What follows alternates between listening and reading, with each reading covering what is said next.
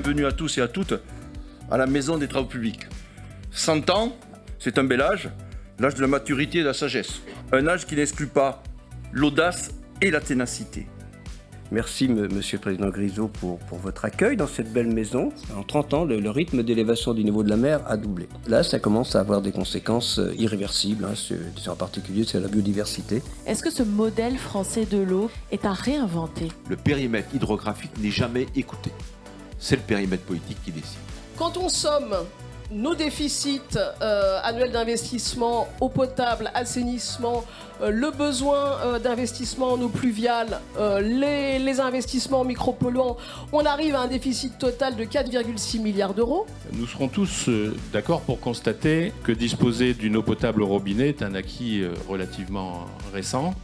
Tous les adhérents de l'UIE ont apporté leurs solutions, ont su innover pour répondre aux grands enjeux qui consistent à produire de l'eau, à l'acheminer, puis à la traiter. Quelles innovations allons-nous porter au niveau national et au niveau des territoires ? On a travaillé dans le cadre d'un partenariat public-privé à essayer de développer des outils pour permettre aux territoires d'évaluer la résilience de leurs services d'eau et d'assainissement. Il y a certains sujets qui n'avancent pas forcément à la vitesse à laquelle ils devraient avancer.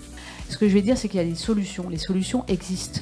En France, il y a seulement 20 sites qui font de la recharge artificielle de nappe. Il y a des villes en Californie qui rechargent de façon journalière à 400 000 m3 par jour la nappe phréatique. Aujourd'hui, il est clair que pour répondre aux défis de demain, il va y avoir aussi une réflexion à mener en termes de qualité d'eau en fonction des usages. Et donc, on a souhaité encourager ces innovations autour de ces sujets, autour de l'eau non conventionnelle, avec donc l'instauration et la création de ce prix de l'innovation IE. Donc en fait, on veut accélérer la prise de conscience d'une façon générale, mais aussi accélérer le développement d'innovations et de solutions. Nous n'avons de cesse à l'UIE que d'alerter sur l'inaction dans le domaine de l'eau face au changement climatique et sur la nécessité de protéger la ressource en eau. Je veux terminer en concluant sur une note poétique de Gaston Bachelard. L'eau est le miroir de notre avenir.